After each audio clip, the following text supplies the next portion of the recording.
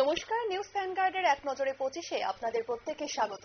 আপনাদের সঙ্গে রয়েছে এই মুহূর্তে আমি দিয়া। চোখ রাখছি আজকের কিছু গুরুত্বপূর্ণ খবরের দিকে।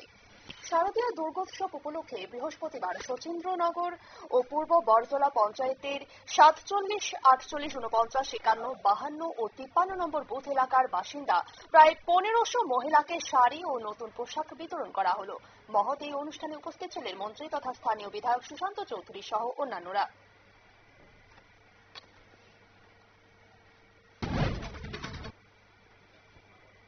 সম্প্রতি একটি অনুষ্ঠানে বক্তব্য রাখতে গিয়ে জনজাতিদের পোশাক রিসা নিয়ে বিতর্কিত মন্তব্য করেছিলেন রাজ্যের বিরোধী দলনেতা জিতেন্দ্র চৌধুরী। বৃহস্পতিবার তার প্রতিবাদে মান্দাই বাজার মন্ডল কমিটির উদ্যোগে বিক্ষোভ মিছিল করল বিজেপি। এই কর্মসূচি থেকে জিতেন্দ্র চৌধুরী ও সিপিএমকে তীব্র আক্রমণ করে বিজেপি নেতৃত্ব। মান্দাই বাজার মন্ডল সভাপতি অভিজিৎ দেববর্মার নেতৃত্বে আয়োজিত এই মিছিলে উপস্থিত ছিলেন মন্ডলের সাধারণ সম্পাদক সঞ্জয় দেববর্মা সহ স্থানীয় বিজেপি নেতা কর্মী ও সমর্থকরা।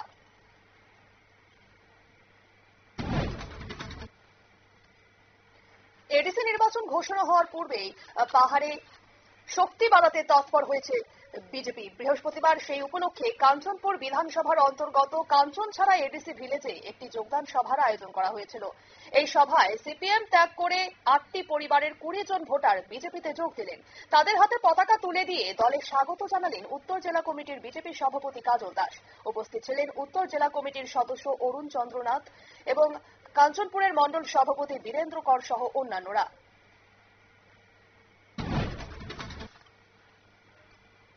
আজ জাতীয় বন দিবস। সেই উপলক্ষে শালবাগান এলাকায় অবস্থিত অক্সিজেন পার্কে একটি অনুষ্ঠানের আয়োজন করা হয়েছিল। এই অনুষ্ঠানে উপস্থিত হয়ে অক্সিজেন পার্কে বন শহীদদের স্মৃতিতে নির্মিত স্মারককে পুষ্পার্ঘ্য অর্পণ করে পরিবেশ রক্ষার জন্য আত্মবলিদান দেওয়া শহীদদের শ্রদ্ধা নিবেদন করলেন বনমন্ত্রী অনিমেষ দেববর্মা সহ অন্যান্যরা।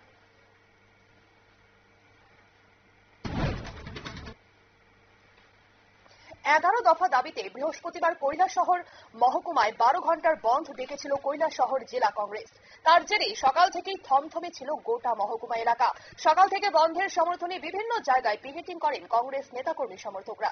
পরিস্থিতি নিয়ন্ত্রণে রাখতে সর্বশক্তি প্রয়োগ করেছিল প্রশাসনও। ফলে কয়েকটি বিক্ষিপ্ত ঘটনা ছাড়া বন্ধ শান্তিপূর্ণভাবে পালিত হয়েছে। বিভিন্ন সরকারি ও বেসরকারি অফিস বন্ধ থাকার পাশাপাশি শুনশান ছিল কৈলাসহরের মূল বাণিজ্যিক কেন্দ্র পানি চৌকি বাজার সহ বিভিন্ন রাস্তাঘাট।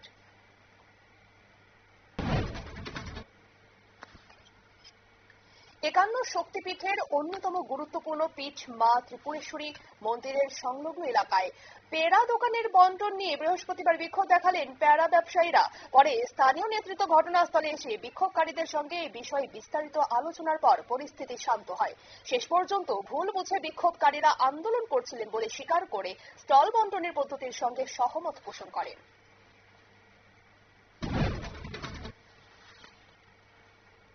দুর্গা ও কালী পুজোর সময় শান্তি শৃঙ্খলা সুনিশ্চিত করতে বৃহস্পতিবার পুজো উদ্যোক্তাদের নিয়ে একটি বিশেষ আলোচনা সভার আয়োজন করা হয়েছিল পশ্চিম ত্রিপুরা জেলা পুলিশ সুপারের উদ্যোগে।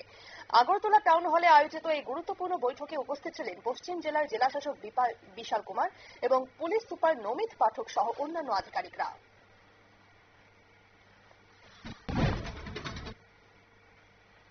মান্দাই আইসিডিএস এর অধীন চারঘুরিয়া পঞ্চায়েতের জগা সর্দার অঙ্গনওয়াড়ি কেন্দ্রে 1 বছর আগে রান্নাঘর তৈরির কাজ শুরু হলেও এখনো শেষ হয়নি।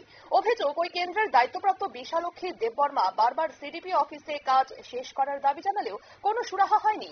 ফলে শিশুদের পড়ার ঘরেই রান্নার কাজ করতে হচ্ছে, যার জেরে ব্যাহত হচ্ছে পঠন পাঠন। অবিলম্বে রান্নার ঘর তৈরি না হলে সমস্যা আরো বাড়বে বলে আশঙ্কা স্থানীয়দের।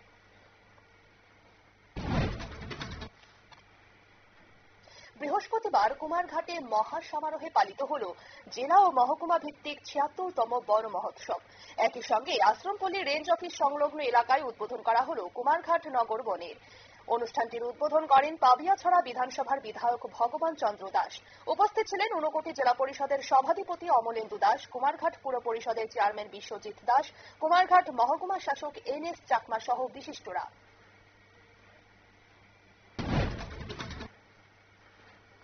বৃহস্পতিবার আমবাসা মহকুমার কুলাইতে এগ্রি প্রোডিউস মার্কেটের অন্তর্গত নবনির্মিত বাজারের শেড ও দ্বিতল বিশিষ্ট মার্কেট স্টলের উদ্বোধন করলেন কৃষি ও বিদ্যুৎ দপ্তরের মন্ত্রী রতনলাল নাথ। উপস্থিত ছিলেন স্থানীয় বিধায়ক Chittaranjan Debbarma, BSc chairman Parimal Debbarma, MDC বিদ্যুৎ দেববর্মা। দেববর্মা, আমবাসা পঞ্চায়েত সমিতির চেয়ারপারসন হিমালী দেববর্মা ও কৃষি দপ্তরের অধিকর্তা ডক্টর ফণীভূষণ জামাতিয়া সহ অন্যান্য আধিকারিকগণ।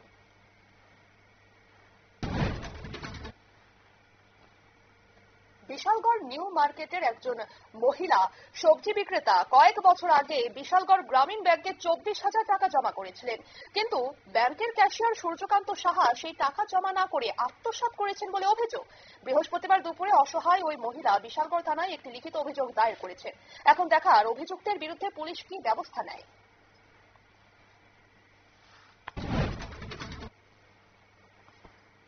5 দফা দাবিতে বৃহস্পতিবার দুপুরে করবুক মহকুমার অন্তর্গত করবুক জোনাল অফিস এবং শিলাছড়ি ঘোড়াকাপ্প জোনাল অফিসে ডেপুটেশন দেওয়া হল সিপিএম এর করবুক মহকুমা কমিটির পক্ষ থেকে।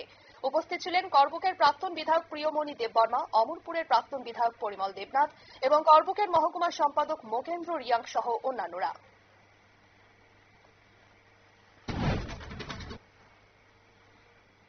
বৃহস্পতিবার সকালে কমলপুর থানার প্রত্যন্ত এলাকা মহাবীর পঞ্চায়েত সংলগ্ন 2 নং ওয়ার্ডে দিগ্বিজয় গোয়ালা নামের এক ব্যক্তির পুকুর থেকে এক যুবকের মৃতদেহ উদ্ধারের ঘটনাকে কেন্দ্র করে উত্তেজনা ছড়ালো। 39 বছর বয়সী মৃত ওই যুবকের নাম ফুলচাঁদ গৌর। খবর পেয়ে পুলিশ এসে মৃতদেহটি উদ্ধার করে ময়নাতদন্তের পর পরিবারের হাতে তুলে দেয়। কিভাবে তার মৃত্যু হলো তা খতিয়ে দেখছে কমলপুর থানার পুলিশ।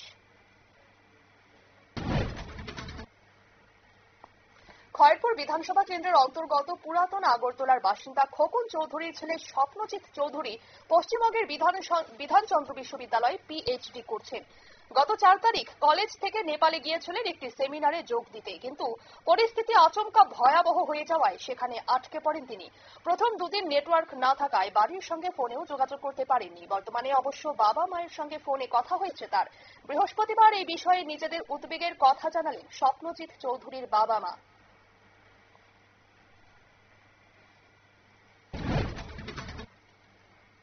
বিলের সম্মতি দেওয়ার বিষয়ে বেশ কিছু ক্ষেত্রে সুপ্রিম কোর্টের পরামর্শ চেয়েছিলেন রাষ্ট্রপতি দ্রৌপদী মুর্মু। ওই সংক্রান্ত মামলায় 10ম দিনের শুনানি শেষে রায়দান স্থগিত রাখল শীর্ষ আদালত। সুপ্রিম কোর্টের প্রধান বিচারপতি বি.আর. গগৈয়ের নেতৃত্বাধীন 5 বিচারপতির বেঞ্চে মামলাটির শুনানি চলছিল। বৃহস্পতিবার শুনানি শেষে রায়দান স্থগিত রাখার সময়ে প্রধান বিচারপতি সকলকে ধন্যবাদ জানিয়ে বলেন, অত্যন্ত জ্ঞানগর্ভ আলোচনা হয়েছে।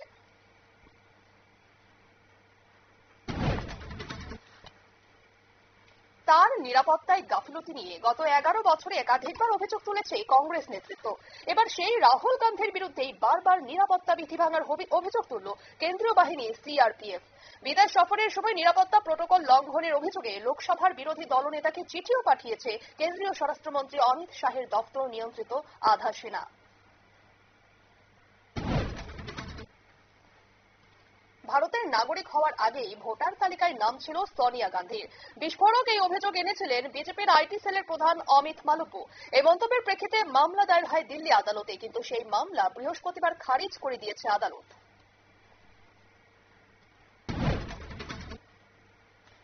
বিহারের পর এবার শীঘ্রই শুরু হতে চলেছে দেশব্যাপী ভোটার তালিকার নিবিড় ও বিশেষ সংশোধন বা এসআইআর। সূত্রের খবর, বিহারের বিধানসভা নির্বাচন শেষ হওয়ার আগেই দেশজুড়ে এসআইআর এর কাজ ঘোষণা করা হবে। রাজ্যের মুখ্য নির্বাচনী আধিকারিকদের 30 সেপ্টেম্বরের মধ্যেই সমস্ত প্রস্তুতি সেরে ফেলার নির্দেশ দেওয়া হয়েছে। পুজোর পর অর্থাৎ অক্টোবরেই দেশজুড়ে এসআইআর শুরু করবে কমিশন। কোন রকম রক্তপাত ছাড়াই মাও দমনে বড় সাফল্য পাওয়া গেল। ছত্তিশগড়ের বস্তার ডিভিশনে আত্মসমর্পণ করলেন 16 জন মাওবাদী। বৃহস্পতিবার একথা জানিয়েছে পুলিশ। পুলিশ সূত্রে খবর, বুধবার সন্ধ্যায় উচ্চপদস্থ পুলিশ আধিকারিকদের কাছে এসে আত্মসমর্পণ করে ওই মাওবাদীরা। এই 16 জন মাওবাদী ছিলেন জনতা সরকার, চেতনা নাট্যমণ্ডলী এবং মাওবাদীদের পঞ্চায়েত স্তরের সদস্য সহ বিভিন্ন ইউনিটের নিম্ন স্তরের সদস্যরা। এদের কারোর অবস্থান মাওবাদী শ্রেণীবিন্যাসে উঁচু পদে না থাকলেও মাওবাদী কার্যকলাপ চালিয়ে যেতে এদের ভূমিকা ছিল গুরুত্বপূর্ণ।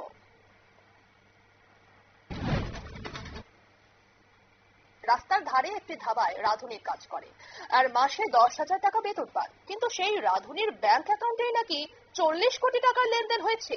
এ বিষয়ে আয়কর দপ্তরের নোটিশ পেয়ে মাথায় হাত পড়েছে মধ্যপ্রদেশের বাসিন্দা রবীন্দ্র সিংহ চৌহানের নামে ওই রাঁধুনি।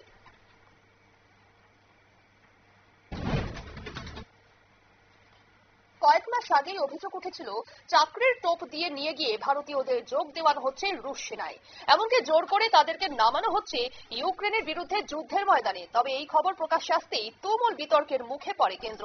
সূত্রের খবর, ইউক্রেনের সঙ্গে যুদ্ধে ইতিমধ্যেই প্রাণ হারিয়েছেন ভারত থেকে রাশিয়া যাওয়া কয়েকজন। এবার ফের নতুন করে রুশ সেনায় ভারতীয়দের যোগদানের খবর প্রকাশ্যে আসতেই নড়ে চড়ে বসেছে নয়াদিল্লি। বিদেশ মন্ত্রকের তরফে এক বিবৃতিতে সতর্ক করা হয়েছে যাতে কোনোভাবেই রাশিয়া ইউক্রেন যুদ্ধে জড়িয়ে না পড়ে কোনো ভারতীয়। এশিয়া কাপে আসন্ন ভারত পাকিস্তান টি-20 ম্যাচটি বাতিলের দাবিতে দায়ের করা একটি জনস্বার্থ মামলা জরুরি ভিত্তিতে শুনতে রাজি হল না সুপ্রিম কোর্ট। বিচারপতি জে.কে. মাহেশ্বরী এবং বিজয় বিষ্ণইয়ের সমন্বয়ে গঠিত বেঞ্চ বৃহস্পতিবারই এই মামলাটিকে জরুরি শুনানির জন্য তালিকাভুক্ত করতে সরাসরি প্রত্যাখ্যান করে। আদালতের স্পষ্ট বক্তব্য, ম্যাচ চলতে থাকুক। অবশেষে সার্বিয়া ত্যাগ করলেন 24 বারের গ্র্যান্ড স্ল্যাম চ্যাম্পিয়ন নোভাক জোকোভিচ। দেশটিতে অস্থিরতার কারণে সবার অলক্ষ্যেই তার পরিবারকে গ্রিসে সরিয়ে নিলেন 38 বছর বয়সী এই টেনিস কিংবদন্তি। সার্বিয়া জুড়ে সরকার বিরোধী আন্দোলনকে প্রকাশ্যে সমর্থন করেছিলেন জোকোভিচ। সেই কারণেই সরকারের রোষের মুখে পড়তে হয়েছিল। তার জেরেই নিজের দেশ ছেড়ে সপরিবারে গ্রিসে পাড়ি দিয়েছেন নোভাক।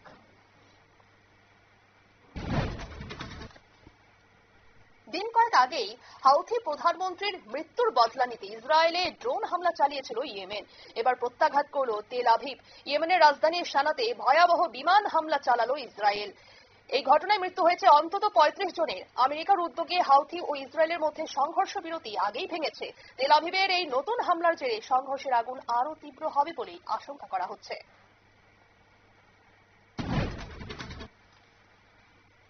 প্রাক্তন প্রধান বিচারপতি সুশীলা কার্কি নন।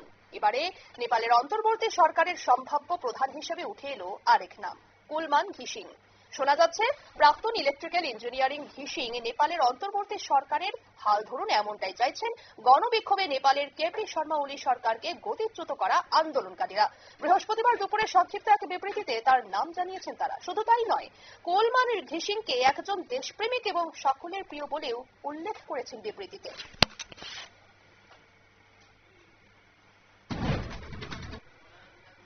এক নজরে 25 আপাতত এই পর্যন্তই। পরবর্তী আপডেট এবং টকশো দেখার জন্য অবশ্যই নজর রাখুন নিউজ ভ্যানগার্ডের পর্দায়। নমস্কার।